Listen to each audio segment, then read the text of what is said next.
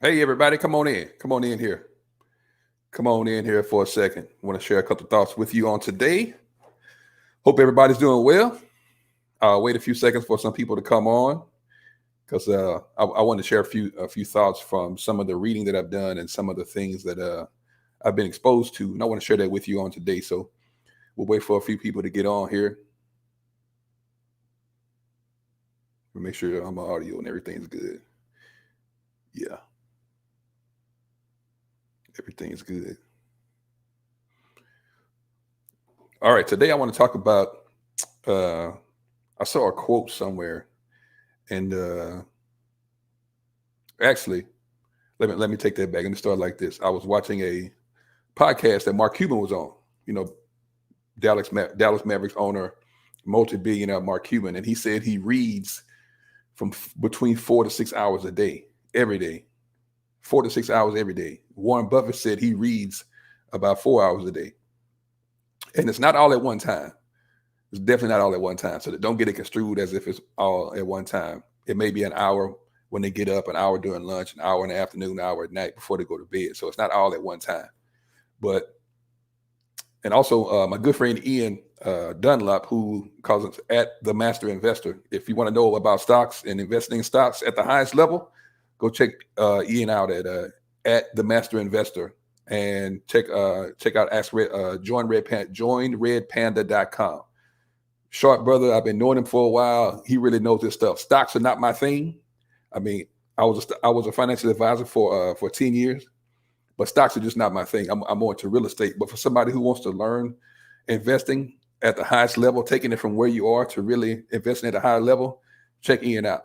And also shout out to Bobby Bryant. You know, you got to support your friends. Bobby Bryant is a good friend of mine. He owns DOS, which is a real estate tech company, and they're doing really well. So support your friends. So I have his gear on today. But other than that, I want to talk to you about like I talked about. Mark reads 4 hours a day. Warren Buffett reads 4 hours a day. I brought up Ian's name because he teaches his people to read at least 200 pages a day. For people who are really serious about investing and building wealth, he teaches his people to read 200 pages a day. So I want to ask you, when was the last time you read 200 pages at all and you weren't forced to do it? I don't mean like in school reading Shakespeare and all that stuff, but when was the last time that you read 200 pages? And if you haven't read 200 pages, why haven't you? What do you have against reading? So what I'm trying to share with you is that there's a common theme here amongst high achievers are also big readers. High achievers are big readers. And if you're not reading a lot, because there are really no more secrets anymore. With Google and YouTube and books and everything, all the secrets are out there. Now, you may pay someone to help you implement, and you may join someone's course so you could be amongst other people who are doing the same thing, but you can't complain anymore about the secrets are hidden from you. The secrets are either online or in books somewhere. Every single secret about how to invest in real estate, stocks, bonds, mutual funds, 401ks, IRAs, self-directed IRAs, all that stuff, LPs, whatever it is, all that stuff is available to you. So at this point, you got to take it upon yourself now to stop pointing the finger and say, well, I wasn't taught that growing up. I don't know this. All the information is out there. So I want you to figure out, what are you going to do instead of complaining? What are you going to do to make sure that you can achieve the type of money you want to make? Now, I'm not saying everybody needs to be a millionaire. I'm not saying, let me say this, because I've asked this a couple of times before in some of my training classes. And I said, if someone came and gave you $1 million with no stipulations, would you take the $1 million? Everybody said yes. So I said, with that same vigor, you can't say it's not about money, because you'll take it if somebody gives it to you, but you don't want to go through reading and studying and joining courses and learning how to do it for yourself. Because if it really wasn't about the money and somebody tried to give you $1 million, you wouldn't take it. You'd be like, oh man, don't worry about it. But what you told on yourself, because I guarantee you, everybody I just asked right then, if you would take a free $1 million, you said yeah. So it's not the fact that the money is the problem, it's you're not willing to become the person who brings that type of money in, because you're looking at how much work it's going to take for you to build that kind of wealth. And a lot of people are afraid of that kind of work. It's not that people are lazy. People, like my old man used to say, People make time for what they want to make time for. So it's not a matter of people are lazy. People are just not motivated. I believe what Zig Ziglar said, he don't motivate people. He works with motivated people. So you got to really look at your face yourself, look at yourself in the face and say, well, maybe this is my fault. Maybe instead of still complaining about it and pointing at people that have money and saying that maybe they stole it or maybe they got lucky. You know, a lot of us say people got lucky, which it does happen. There are certain people who just born into the right family and they're born into wealth. That's a part of the game. So if it's one of those, then fine. But other than that, for the rest of us, we got to go out here and figure it out. And one of the things that I learned along the way, because I became a financial advisor in the year 2001, something like that. And what I learned about sitting with all these people, it wasn't really that they're smarter than us, because to be honest with you, they're really not. It's just that they thought differently. The way they thought about money, I'll give you an example. You know, a lot of people will brag about going out spending $100,000, $200,000 cash on a car. And that's something to brag about. Yeah, I spent cash on the car. I don't have any notes. For somebody who really knows what money is and how money works, that's not a smart move to go out and spend $200,000, $300,000 on a car just to brag about you spend it. Because you could take that same amount of money and go buy an income producing asset, and the cash flow that comes off of that asset will pay for that car. And guess what? When that car is paid off, the asset is still kicking off money. Versus if you pay cash for the car, that car will never have the same value again, unless it's some kind of extremely rare car that you never drive or never do anything to it. If you put $300,000 down on the car, pay it off, walk off in cash, then you post on the internet, oh yeah, I cashed out, and I'm on the OneNote plan, all that kind of stuff. That's just, it doesn't, you still can be a rich dummy. You still can have a lot of money and still not know how money works.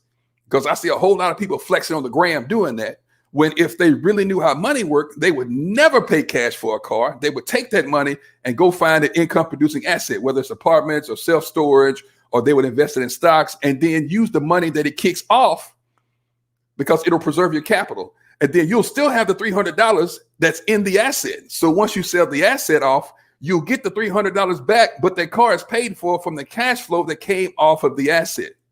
That's the way money works. That's why in my investing hierarchy, I say the first thing is you invest in yourself. The second thing, you invest in income producing assets. And then the third thing is you invest in other people.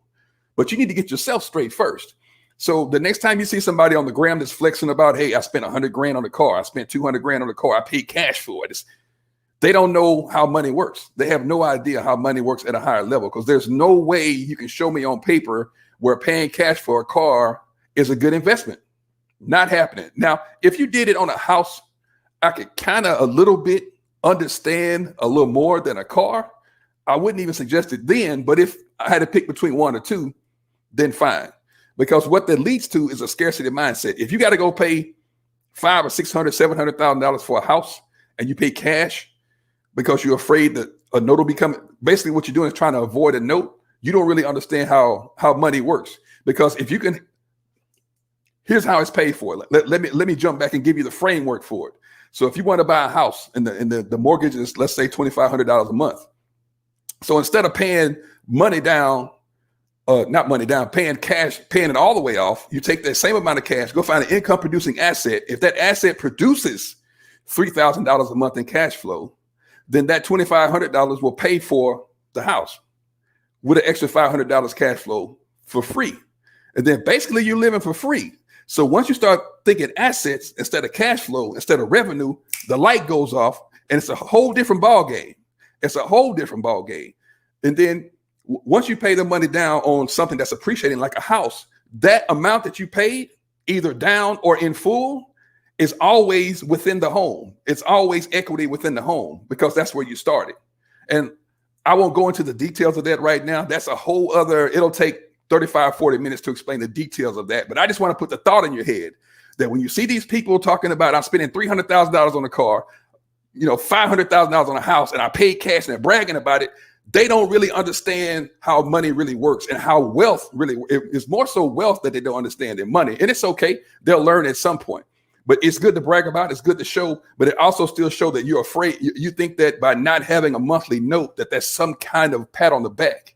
And it's really rooted in a scarcity mindset. It's really what it's rooted in. It's a scarcity mindset, because you could take that same 300,000, go find an income producing asset. That money it kicks off pays for whatever that is thing that you bought, and you still have the $300 that's in the asset still there. And of course, you'll get that back when either you refinance or sell or whatever.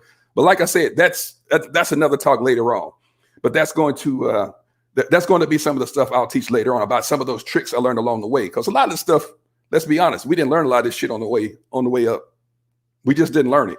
And then once you start hanging around people who have what you have and they are where you want to have, you start learning even more. You're like, dang, I never knew that. But a lot of this shit is pretty simple. We just don't know. So it'll be my goal to share some of that. So, but the main thing I went on a little tangent there, but the main thing I want to talk about today is you really need to start exposing yourself to higher levels of information. You need to start reading more books, more than just relationship books and things it's good to read though. Don't get me wrong. But if you really want to maximize your money, you need to be reading books about money, listening to podcasts, reading blogs, taking courses. You can get on udemy.com, udemy.com right now and take a class about finances for $10. With a college level professor teaching, you can have a class where a PhD is teaching the class and take it for $10. But we lack the discipline. We want everything so fast. We don't want to go through the ropes of learning all the stuff. We want it right now. And just right now, just not going to happen. It's just not. It's fleeting. So one of the first books I would suggest you read, and this is for mindset. This is strictly for mindset. Think and Grow Rich by Napoleon Hill is one of the things that'll crack your mindset open to bigger things. What else I got over here? Money Master the Game by Tony Robbins, of course, is a really good book. It's a thick book, but it's more of a reference book to where you read it over and over and over and over again. So Money Master the Game by Tony Robbins. What else we got over here? And what's going to happen at some point, it's good to learn basic finance, but also at some point you need to figure out a niche to specialize in, whether it's stocks, bonds, real estate. Like I prefer real estate myself. The advantages are too huge not to specialize in it. So that's kind of where I ended up at in my journey. I'm actually going to launch my own real estate fund here in a little while for people to be able to invest alongside me. It's a lot of paperwork and stuff involved in all that. So, a lot of that stuff behind the scenes we're working on. So I really can't say a lot about it right now, but I will be launching my own real estate fund here in a little while. So people can, we go out and find properties and buy them. And I can't get into a lot of it right now, but just stay tuned for that one. But other than that, like I said before, to earn more, you got to learn more. So that's my short message here on this good old Friday. Shout out to Bobby Bryant at DOS. Check him out at AskDOS.com. If there are any realtors out there that are looking for a new home, they do have a pretty nice program. I'm not, a realtor myself, but I get to see them every day. I get to see their training every day. Some pretty good stuff. So go check them out at AskDOS.com. But hey, it's been Norris again. I want to make sure that think about where you really want to be in life. And if you're really looking to go bigger, if you're not looking to go bigger, then be cool. But for those that are, your secret is probably found in the book somewhere. It's probably found in the book. Let me see if I can do this right. That's my bookshelf right there. Some of it, the rest of them are at home. So yes, I've pretty much read all those books and I'm going to read some more. But I want to encourage you to start your own library. I have a serious Amazon habit, and I'm sure you guys have one too. But other than that, just start somewhere. Go somewhere and find something you like. Like I said, Think and Grow Rich by Napoleon Hill is a good one. And Money Master the Game by Tony Robbins is another good one. So start with those two. Or if you want to learn real estate or whatever, that you can just go and type in whatever the subject matter is. But start somewhere. And today is the time. So it's Norris Williams again. Have a great weekend. I'll probably drop in tomorrow with some more nuggets, but it's been fun. I'm loving the journey. Thank everybody for chiming in, and we'll see you on the other side. Thank you for dropping in.